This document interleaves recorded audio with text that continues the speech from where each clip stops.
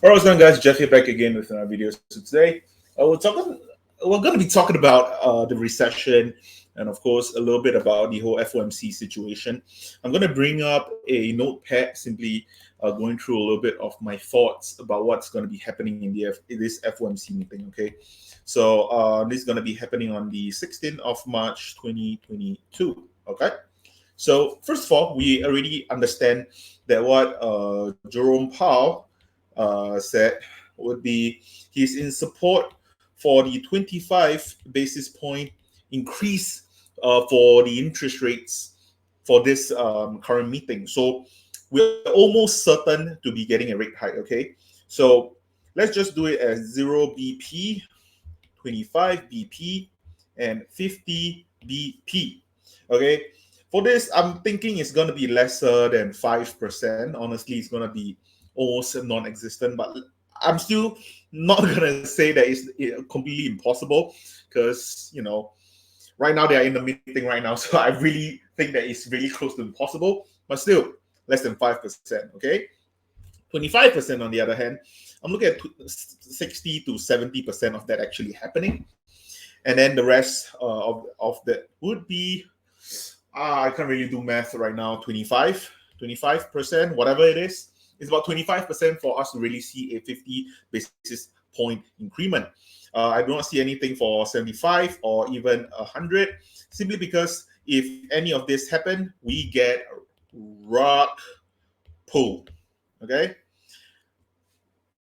So of course, we do not want to get rug pull by the entire Fed, and the Federal Reserve do not really want to do that to us either. Okay, so but the situation that we have right now, okay, inflation is currently at 7.9% year over year.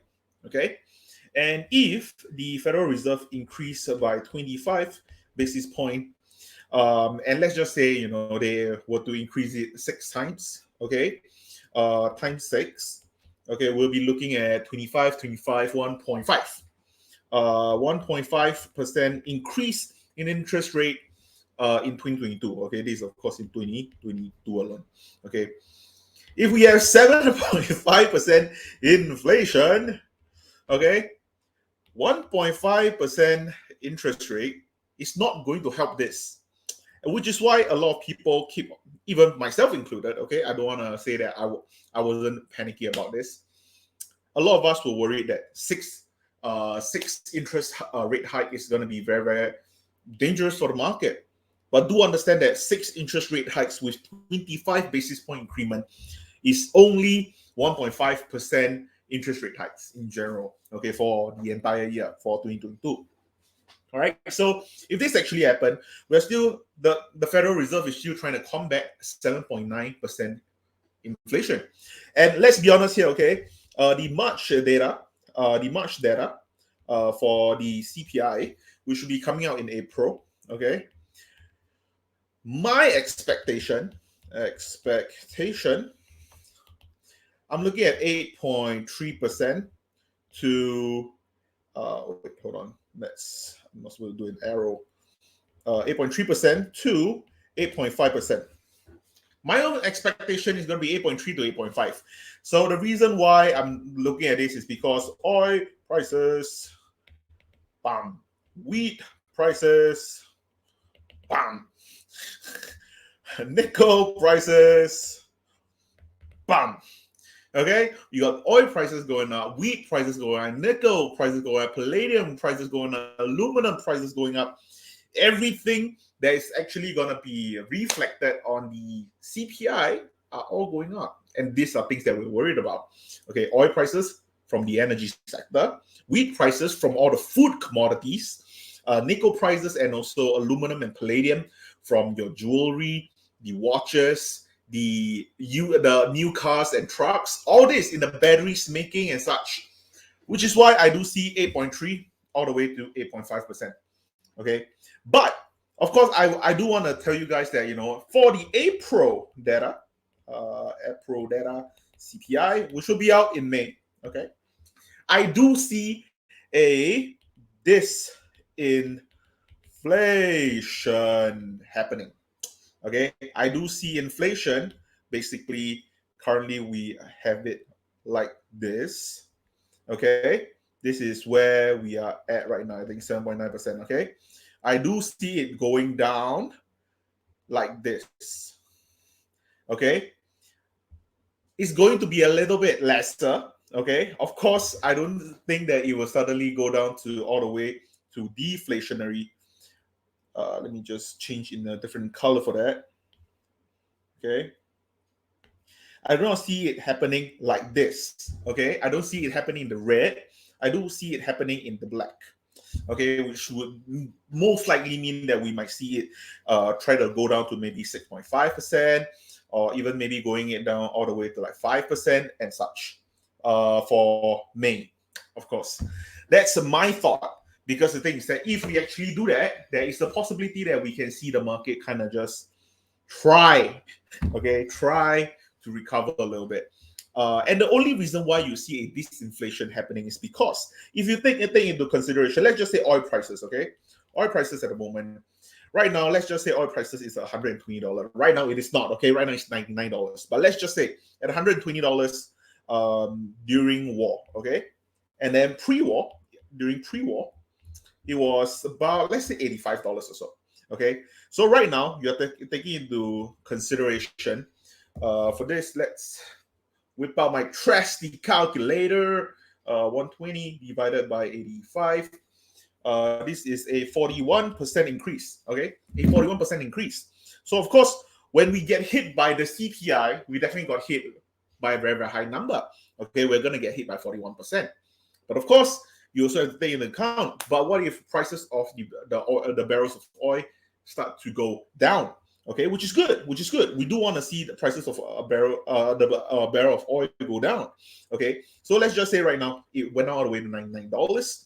Okay, similarly, we're still going to use $85 for the thing itself. So 99 divided by 85 is still going to be a 16% increase. Okay, let's just say we do get our data very soon, and it's still going to be about $99 or so. We're still working with a 16% increase for the oil itself. Okay, 16% increase on just the oil prices, which would most likely, okay, someone actually on Twitter did the calculation for it, where I think every $6 equal to 0.1% inflation year over year. Okay, so essentially, if we actually take this into account, this just oil prices alone is going to give us an increase of about, how much is that? That's $6.91, about 0.2% increase in our inflation. Okay, which if let's just say this is purely hypothetical, okay, we are taking into consideration that nothing else increased, everything is a flat zero. Okay, only the oil prices goes up, we are already going to be looking at it going to 7.1%. So yeah. Oh, hold on. Did I say 8.5? Okay, my bad. I meant 7.3 and 7.5. Completely my bad. I do mean 7.3 and 7.5. Yeah. Okay, because the thing is that this alone, it simply means that we're going to be brought up all the way to 7.1%. Okay, and that's my worry. Okay, so let's just now put it into a separate form of articulation. Okay, so what can the FOMC actually do for us to actually not see a recession? Okay, right now, personally speaking, I don't see that happening at all. Okay, if the FOMC were to increase by 0 basis point, the recession would happen, I would think, end of 2022. Oh my god, my handwriting is horrible. By 2022, we'll see the recession by the end of 2022. If we do a 25 basis point hike, okay, we'll see a recession by end of 2022. Now there is a line that I need to add in here, which is 25 basis point on top of 25 basis point every 7 weeks. So this is AKA what Jerome Powell actually explained to the entire Congress during his testimony, saying that that's what he will be intending to do, just like how at the start of the century, where we basically did increment of the interest rates 25% every single time. In a span of 2 years, they increased rates by like 16 times or something ridiculous, but of 25 basis point every single rate hike. Okay, if this happens, if this happens, it will be slightly different. We will see a pseudo recession. We'll see a pseudo recession happening, and I will think that this recession would happen by the second rate hike. Okay, so for the second rate hike, it will most likely be after this initial one, which is on the 16th, and then the next two, right after the next two, we'll see a pseudo recession happening. Okay, so what a pseudo recession, in my own opinion, would be like, would be consumer spending down. Okay, business spending down, transport spending down. Okay, so basically just this three in general will all go down. Okay, of course this will then eventually create this cycle to create wage down, labor market down, and of course unemployment up. This is what we're afraid of. Okay, because basically when this cycle continues, we are going to hit this pseudo recession. And what we're afraid of, and of course what the Feds are afraid of, is this unemployment going up. Okay, of course they do want to combat inflation, but at the same time they do want to keep unemployment as low as possible. Okay, so don't get me wrong, this might sound horrible because of the pseudo recession, but the good thing about this is inflation is being combated. Okay, inflation is being fought. There is a way for them to actually lower interest rate. Okay, and if we do it by this method, okay, inflation, I'm looking at it to go down to about 3% by 2023 to even 2024. I would say late 2023 to early 2024, we would get to see about 3% again. Okay, this is if we were to do this method. Of course, that means that the interest rate will continue going up and up and up and up. Okay. However, something that we do need to take into consideration as well, based on history itself, right after we do this entire cycle, after the pseudo recession, okay, we will get the recession. Okay, if we do not keep up with the pseudo recession, we will then get a recession. Okay, because over here you're going to see consumer spending going down, business spending going down, transport spending going down, wage going down, labor market going down, unemployment going up. And this will continue this cycle, creating this sort of a ripple effect to the entire economy. Okay, when this entire thing just keep on rippling, doing this rippling effect, we will then cause the recession. Of course, at this point of time when we do get this recession, we are expecting interest rate to be about, I would say, 2 to even 3%, or even 4%. I wouldn't think that 4% is insane either. So we'll probably see interest rate go all the way to even 4%. Okay. So at this point, when we do hit 4% and a recession happen, this 4% will basically, okay, I'm expecting it to still be Jerome Powell during this situation. Jerome Powell will then essentially just be like, okay, you know what? We're going to bring 4% all the way down to 0% again. And then recession will start to cancel off, kind of fade off a little bit. Why? Because everyone remember March of 2020, 0% interest rates equal cheap money, reckless spending, free commercial money, more investment, and overall better economy. Okay, we get cheap money. Okay, there's a lot more reckless spending, hence businesses will definitely be able to earn a little bit more. Free commercial money, basically all the bigger companies, all the corporations are able to borrow money at a very, very low rate, because during recession, let's be honest, banks want to make some cash. So in order for banks to make some cash, banks are willing to loan the money out. Banks need to loan money out. Okay, and of course that's how that kind of go around. Okay, more investment into the whole global market, because people who are borrowing money are basically investing it back into the market again. And of course, this kind of creates a better economy, okay, which is aka what we saw in late 2020 all the way to early 2021. You saw the market basically just shot up all the way. We have this huge U-shaped recovery. Everyone was going crazy about this because of a sudden strike of a recession. That's what we are worried about to begin with. Okay, the pandemic gave us this scare that a recession is possible, a recession might happen, and because of that, this whole situation happened over here. Okay, so that's kind of also my worry. Okay, don't get me wrong. Okay, and then afterwards we still have one more. Okay, we still have one more, which would be the 50 basis point increment.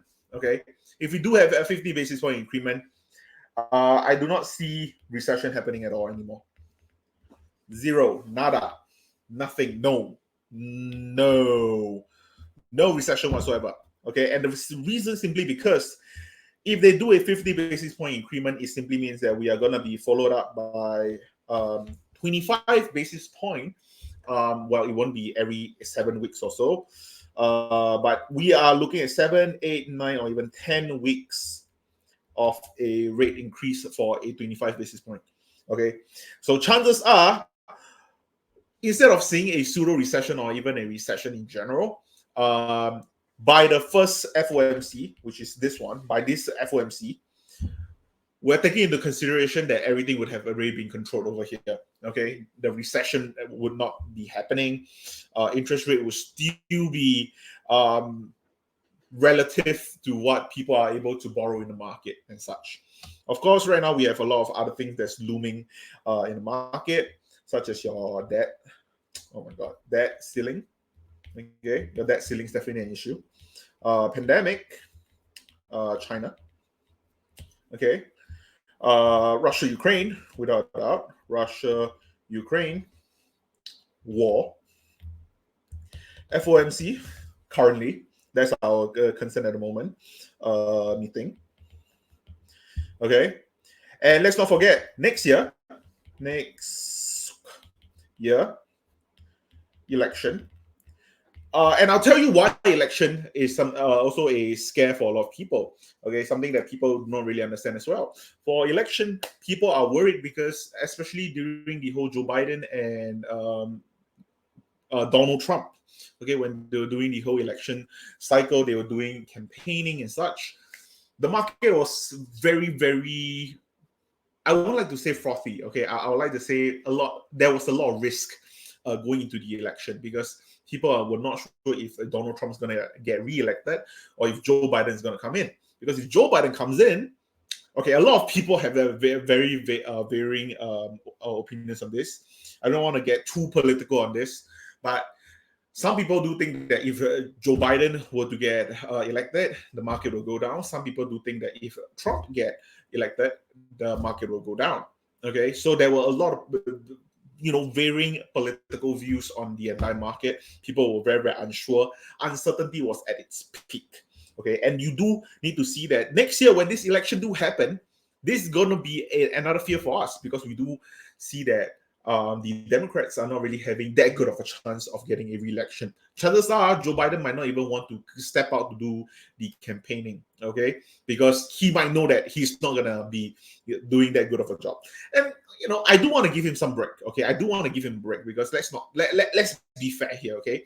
Joe Biden basically went through the exit of Afghanistan, basically the start of the pandemic and a huge part of the whole pandemic, and also going through as the president of the United States during a Russia and Ukraine invasion. I don't think that there are any president in the past that have to deal with so many life-changing events in in just one office term. Okay, so I do think that Joe Biden definitely do not have it ridiculously well for this term, but definitely that's going to be something for people to really think about when they actually enter this as well. Okay, so which is why I think that next year election definitely still going to be a fear. Okay, so that's dealing pandemic for the China, which is kind of having a resurface of the pandemic with all the lockdowns happening at Shenzhen. Beijing is also having multiple increment of the COVID patients.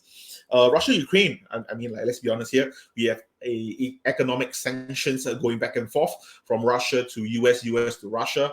Even Russia basically just came out to say that they were going to be sanctioning Biden and Blinken, which is, the US officials, the top US officials, via this whole situation because of how US came out to, impose a lot of economic sanctions, even come out to do a lot of banning of like the flight zone and such. All right, the next one will be FOMC meeting. I think that this one is a very clear thing for us. We do have the FOMC meeting coming up. Technically later on in the day. However, let's look at the FOMC meeting schedule for 2022. We will be getting another one in May. Okay, next FOMC will be 3rd to 4th May. Okay, and this one will be something for us to really look at as well, because what we'll be expecting will be an additional 25 basis point increment. And of course, this is only provided we don't get 7 weeks increment from March. Okay, this only provided we do not get the 7 weeks increment every single 7 weeks. Then in the next FOMC, we'll see a 25 basis point increment. This could also be 50. Okay, I'm not sure. It could be 25, it could be 50. But this is only if we do not get the 7 weeks increment. Because if we do get a 7 weeks increment, this will basically be more of an update on like how is the interest rate doing. Is them increasing it every single 25 basis point every 7 weeks? Is that helping with the economy? Is that helping with the interest rates? Is it helping with inflation? Are they actually getting the job done with this entire situation? So that's very important for them. Okay. So yeah, right now, this is kind of like what we're actually having, the fear that we have for uncertainty in the market at the moment. And which is why a lot of YouTubers, mainstream media and reporters, all of them are telling you this R word, which is recession. Okay, all of them are telling you recession, and I don't blame them. When I actually explain it to you guys over here,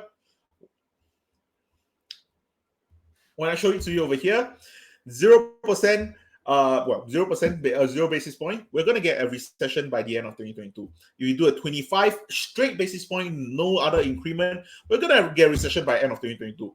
If we do a 25 basis point on top of that, we're going to do it every 7 weeks for a 25 basis point increment.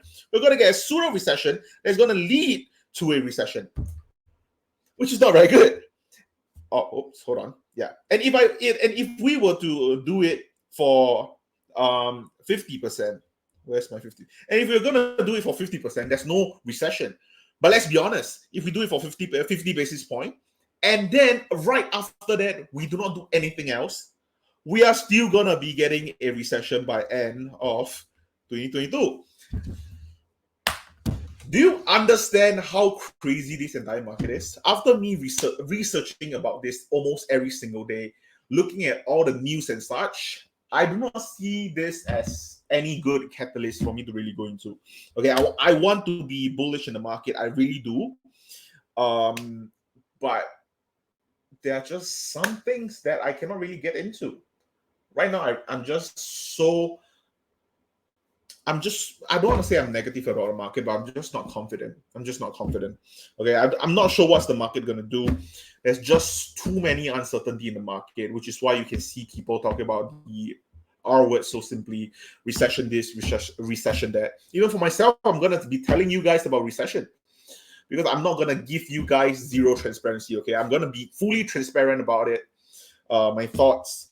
And of course, on Friday, you might be able to hear some of my trades. Of course, I have not really sold out on anything yet, but I might be starting to queue up on some selling in the near future. I'm not sure. But if you are looking at the market at the moment, okay, right now, I'm not sure. Right now is technically Wednesday. Right now it's midnight, about 2 a.m. or so. But if you're actually looking at it, the market is up. Okay, the SPY is up by almost 2%, and Nasdaq is up about 2.5%. And personally, on these kind of days, I think that it's better for you guys to sell calls or sell some of your shares if you really think that this is going to turn sour in the next few days. Because right now in this market, nothing is assured. Profits are not assured. So when there are profits on the table, you should think about if you should actually collect those profits or sell call options on them. Okay, and of course, I do want to give you guys this disclaimer as well. Option trading is a very, very dangerous strategy, especially writing the contract for the option, which aka selling of options. Okay, selling of options is very, very dangerous, especially if you're getting into margin or whatever it is. It's very, very dangerous for you to do so. So if you want to use margin to sell options, just check with a CPA. If you want to sell calls using underlying stocks, I'm not sure if you are able to do so. Check with your CPA. I'm not a financial advisor. I cannot tell you guys what to do. And even if I can tell you guys what to do, I don't know about your portfolio. Okay. If you want, you can maybe drop me a DM. We can kind of discuss about what I would do if I'm in your position, but not an advice either way. But yeah, right now, this is kind of like my whole mindset about this entire market right now. On these kind of good days right now, what I'm doing is I'm selling calls on things that are up. Like, just look at this, okay? I won't be sharing this to you guys because I'm looking at it over here myself. Let's see. What do I have? Do I not have the price here? Oh, okay. All right. So over here right now, I'm looking at it. Peloton is up 9%, which I'm selling call options on it because the other time I actually sold puts and I got assigned to Peloton after the huge drop. Whatever it is, right now I do have Peloton, which is why I'm selling calls on it. 9%, great for yield farming. Okay. Let's see. American Airline, I do have 100 shares of American Airline, which I would definitely be thinking about selling call option on it as well because it's up 7% right now, 7.8% actually. And let's see, we also have, let's see, do I have anything good other than that? Tencent. Tencent Music. Tencent Music is currently up 12%, but it's way too low in price for me to actually do any sort of selling of calls. So later on, if it actually continues to go up, I might maybe get rid of a little bit of Tencent Music simply because the China industry right now is a little bit too volatile for me to really want to get into as well. So yeah, that's basically all for the moves that I might be making. Okay, this is not really a video for the telling you what are the moves that I make. These are the moves that I might be making. Okay, just to be fully transparent with you guys. All right, but yeah, basically that's all I have for this video actually. Kind of just talk about recession and my thoughts and my concern for the market. Because right now, it feels like the entire government sector has been kicking the can down the road, be it your debt ceiling, be it the infrastructure bill, all the political jargon, all of them, all these cans were all kicked down the road. And right now we're going to meet all those cans at one shot. And now we have to think of a way to get rid of all these cans. And yeah, which is why I think that 2022 is going to be very, very rough. Okay. And do understand that this is not going to be just rough on your tech stocks, your penny stocks and such. Companies like Apple, companies like Google, companies like Amazon or Tesla or Facebook, all of them, they are going to get destroyed as well. Don't get me wrong. During a recession or a pseudo recession, companies are going to get destroyed. Be it big companies, small companies, innovative companies, we don't care. Okay, the economy is losing money and people are getting money out of the economy. Hence, the whole point of being a recession. And that's why it's very important for you to really understand what are you investing in. Of course, I'm not telling you guys to panic sell, okay? Because there's no, in the whole historic investment history that I know of, no one made a lot of money by panic selling, okay? You just want to dollar cost average, keep some money by the side, look for some dips in the next future for you to buy in, keep some money just in case you are able to actually invest more during a recession when a recession do come. Okay, I'm not sure if a recession will come, but right now, from the looks of it, I do see a recession coming very, very soon. And that's why I will be very, very cautious about it. And for people who are in margin, okay, I cannot make this any more clear. Get out of margin. Get out of margin. You do not want to be in margin in this current market, okay? Being in margin in this market right now is going to destroy you in like a few months, okay? So just get out of your margin ASAP. But anyway, thank you guys for watching, and I'll see you guys next time.